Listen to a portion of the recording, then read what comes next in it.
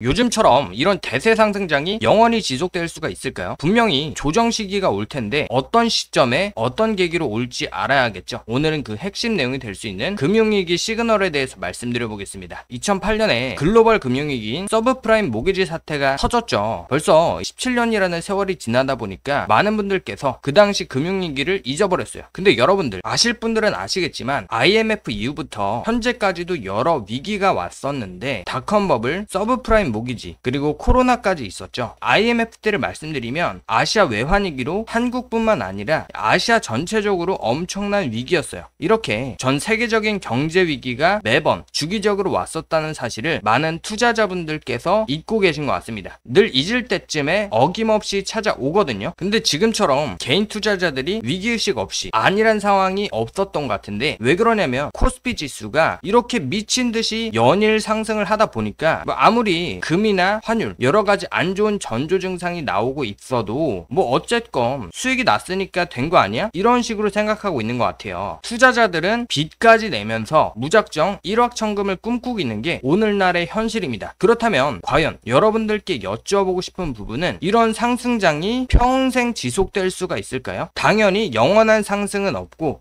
영원한 하락도 없습니다. 그러면 이렇게 가파르게 상승했다면 이제 분명히 하락이 나올 수 있을 텐데 그게 어느 시점에 어떤 계기로 올지 분석하고 대응 준비를 하셔야 합니다. 지금 미국에서 지방은행 부실 채권이 급증하면서 금융 불안 우려의 목소리가 나오고 미국 증시가 시원하게 힘을 쓰고 있지는 못하죠. 지난주에 미중 문제라던가 여러 가지 다른 요인들도 있었겠지만 어느 정도 불안감이 해소되면서 반등이 나올 법도 한데 계속 지지부진한 그런 모습을 보이고 있죠. 이 부실 채권이라는 거는 미국뿐만 아니라 세계 경제를 혼란에 빠뜨리면서 한국 경제까지 붕괴시킬 수 있는 큰 이슈입니다. 여기에다가 요즘 또 이슈가 되고 있는 거는 프라이빗 크레딧이라고 해서 은행이 아닌 민간 자본이 직접 기업에다가 자금을 대출하는 건데요. 예를 들어서 한국으로 치자면 새마을금고가 포함이 되는 거거든요. 쉽게 설명드리자면 기업 사채업입니다. 은행이 아닌 일반 펀드나 보험사, 연기금 이런 투자회사가 기업한테 돈을 빌려주는 시장이 바로 프라이빗 크레딧 시장이에요. 한마디로 기업한테 사채업을 하는 거예요. 이자를 20%, 30% 이렇게 높은 이자를 주고서 돈을 빌려주는 겁니다. 그래서 리스크 높은 기업들을 위주로 높은 이자율을 받고서 대출을 실행하는 건데 왜 그럴까요? 안전한 기업들은 다 은행에서 돈을 빌리지 이런 펀드 같은 곳에서 돈을 안 빌리거든요. 그러면 펀드가 왜 돈을 빌려주는 걸까요? 아무래도 은행에서 대출이 반려될 만한 기업들한테 이자를 높게 받고 대출을 해주는 거죠. 근데 지금 맥킨젠 컴퍼니에서 발표한 리포트를 봤을 때 프라이빗 크레딧 대출의 잠재 시장이 3조 4천억 달러라고 합니다. 이거는 굉장히 큰 규모고요. 만약에 터지면 미국 경제에 엄청난 위협이 될 수 있는 그런 상황인 거죠. 대표적인 프라이빗 크레딧 중에서 사모펀드라는 게 있는데요. 근데 지금 사모펀드의 문제점이 뭐냐면은 감독의 사각지대에 있습니다. 어떤 기업에 얼마나 빌려줬는지 감독 대상이 아니기 때문에 확실하게 알 수가 없고 정보가 불투명해요. 이 부실 기업이 어디서 터질지 얼마큼의 규모로 터질지 알 수가 없고 유동성 위험이 터지는데 은행이나 어떤 다른 펀드들은 리스크가 터지면 그거를 방어할 수 있는 체계가 돼 있는데 민간 대출 시장은 대출이 뭔가 터졌을 때 이 구조 자체를 어떤 사람한테 팔 수도 없고 넘길 수도 없어요. 그러다 보니까 문제가 터지면 펀드 자체가 무너질 가능성이 높습니다. 그리고 빚에다가 투자하는 이런 구조를 가지고 있기 때문에 나중에 금융위기의 원인이 될 수가 있다는 겁니다. 투자자들한테 사모펀드들이 8% 이상의 고이자를 보장하고 엄청나게 돈을 많이 땡겨가지고 그 돈을 다시 기업한테 빌려주면서 엄청나게 많은 이자를 받아서 거기서 이자 장사를 하는 게 사모펀드거든요. 그리고 사실 은행도 거기에 가담해서 버블을 키우고 있는 상황입니다. 왜 그럴까요? 은행은 자기네들의 규정상 부실 기업들한테 대출을 해줄 수가 없거든요. 근데 사모펀드한테 투자를 하면 어떻게 될까요? 이 사모펀드가 부실 기업한테 투자를 해서 수익을 은행한테 나눠주겠죠. 그러니까 은행은 자기네들이 재무제표상에 딱 보이는 관점에서 리스크를 부담하지 않고도 위험한 투자를 진행할 수 있는 구조가 되는 거예요. 이래서 사모펀드들이 이런 시장을 비집고 들어와서 지금 위험한 대출 시장을 운영하고 있다는 겁니다. 이게 서브프라임 모기지 사태랑 다를 게 없거든요. 한마디로 민간 대출이 일반 대출보다 더 쉽고 수익이 되니까 좀 위험하더라도 은행들이 대출을 마구잡이로 하는 겁니다. 그리고 최근에 대출 나갈 곳이 없어서 사모펀드들이 무리하게 대출을 하고 있대요. 그러니까 딱 봐도 망할 망할 만한 기업들한테 무리하게 대출을 해주는 이런 형태가 반복되고 있다는 겁니다. 한마디로 은행들이 꺼리는 대출을 모아서 사모펀드가 대출을 해주는 이런 상황이 되고 있는데, 사실은 이거는 사모펀드라는 이름을 이용해서 위험한 곳에 대출을 해주는 그런 구조가 되는 거죠. 정리해서 말씀드리자면 은행이 지금 위험한 대출자들한테 대출을 해줬고 그 리스크가 점점 더 커져가고 있는 그런 상황이에요. 근데 우리나라도 지금 이런 구조랑 똑같이 가고 있습니다. 그게 뭐냐면 바로 새마을금고 구조예요. 새마을금고가 지금 대출 나간 거 10건 중에 한 건이 부실 위험에 노출된 것으로 드러났다고 하는데, 10건 중에 한 건이면요 은행 파산합니다. 근데 새마을금고 규모가 200조 원 정도 되기 때문에 이 새마을금고가 무너지게 되면 대한민국 역사상 가장 큰 금융위기가 될 수 있는 거거든요. 그리고 지금 새마을금고가 진짜 문제인 게 뭐냐면요, 아직도 정신을 못 차렸어요. 왜 그러냐면 지난달에 가계대출이 1조 1천억이 늘었는데 그 중에 새마을금고에서만 7천억이 늘었다고 합니다. 한마디로 지난 가계대출 증가의 한 60% 이상이 새마을금고에서 나간 거거든요. 지금 새마을금고가 잘못하고 있는 부분이 뭐냐면 이미 기존에 나간 대출들 때문에 지금 위태위태한 그런 상황이거든요. 근데 여기에다가 또 더해서 대출을 더 나가고 있는 이런 상황이 말이 된다고 생각하십니까? 그래서 지금 상황이 어떻게 되고 있냐, 새마을금고 6년 동안 금융사고만 400억 원이 넘었고요. 대전의 전세사기, 자금줄, 불법 대출을 새마을금고에서 했다는 그런 혐의도 받고 있죠. 그리고 새마을금고가 487억 불법 대출, 여기에다가 브로커, 새마을금고 직원, 감정평가사 이렇게까지 껴있다고 하는데 47명이면 뭐 거의 범죄 조직에 가깝죠. 근데 새마을금고 이런저런 말들이 많은데 어떻게 아직까지 활동을 할 수가 있을까요? 왜 그러냐면 행정안전부 산하에 있어요. 그래서 사실상 국가기관, 정부 소속 조직이에요. 은행도 아닙니다. 여기는 약간 은행같이 생긴 뭐 금고죠. 뭐 아무튼 행정안전부 산하이기 때문에 그냥 배짱으로 나가는 그런 상황이 아닌가, 이런 생각도 좀 드는데, 근데 이 상황에서 경제가 어려워지고 기업들이 문을 닫기 시작하면 어떻게 될까요? 돈을 빌려줬던 사모대출 시장도 망하고 거기에 투자한 은행도 같이 망하겠죠. 지금 미국이 이런 상태가 터지기 바로 직전이고, 미국이 이런 상황이 터지게 되면 한국도 바로 이 새마을금고 같은 데가 얼마 못 가서 터질 가능성이 굉장히 높겠죠. 1분기 미국 기업 파산 2010년 이후 최대, 중국도 파산 증가세, 올해 미국서만 유명 기업 12곳 파산, 미 사모펀드가 인수한 기업들 파산 증가세, 이렇게 뉴스들이 쏟아져 나오고 있습니다. 아니 이렇게 뉴스가 나왔는데도 왜 아무런 문제가 안 터지는 거죠? 이렇게 생각하실 수 있는데, 이 서브프라임 모기지 사태 때는요 거의 한 4년 전부터 기사가 나왔었어요. 2004년부터 해갖고 서브프라임 모기지 우려의 목소리가 많이 나왔는데 그게 2008년이 돼갖고 버블이 점점 커져갖고 나중에 터진 거예요. 지금 말씀드리는 이 민간 대출 시장이라던가 이런 문제들도 이미 몇 년 전부터 계속 뉴스가 나왔던 내용들이거든요. 근데 이게 말 나온 지가 좀 오래됐는데 버블이 이미 많이 커진 상태예요. 그래서 이미 금융위기 최대 수준의 파산이 이미 미국에서 진행 중인 부분이고요. 이게 더 확산돼서 내년까지 가게 되면은 정말 사모대출 시장이 어떤 일이 터질지 모릅니다. 그렇게 되면 시장 자체가 붕괴될 수 있는 그런 커다란 리스크가 되겠죠. 여러분들 다들 아시겠지만 JP모건의 CEO, 이분이 무슨 얘기를 했었냐면, 만약 집에서 바퀴벌레 한 마리를 발견했다면 아마도 더 많은 바퀴벌레가 존재할 것이다, 뭐 이런 얘기 많이 들어보셨죠. 왜 그러냐면 바퀴벌레가 눈앞에 보일 정도까지 나왔으면 사실상 그 집 전체 뭐 지하 내부라던가 뭐 천장이라던가 엄청나게 많은 바퀴벌레가 이미 자리를 잡고 있다, 이런 얘기를 금융위기에다가 비유를 한 거거든요. 그래서 결론은 뭐냐, 위기라는 거는 지금 현재 진행 중에 있는 부분이고, 그래서 우리 구독자분들께서는 바퀴벌레가 나오기 전에 미리 대비를 하셔야지, 바퀴벌레가 나온 뒤에 대응을 하려고 하면 한 발 늦을 수밖에 없거든요. 그래서 지금부터 미리 대비를 하시는 게 좋겠고요. 우리 구독자분들을 위해서 하락장 대비 전략, 상승장 리밸런싱 포트폴리오, 주도주 섹터 발굴 기법까지 준비했으니까요. 구독 한 번씩 부탁드리겠습니다.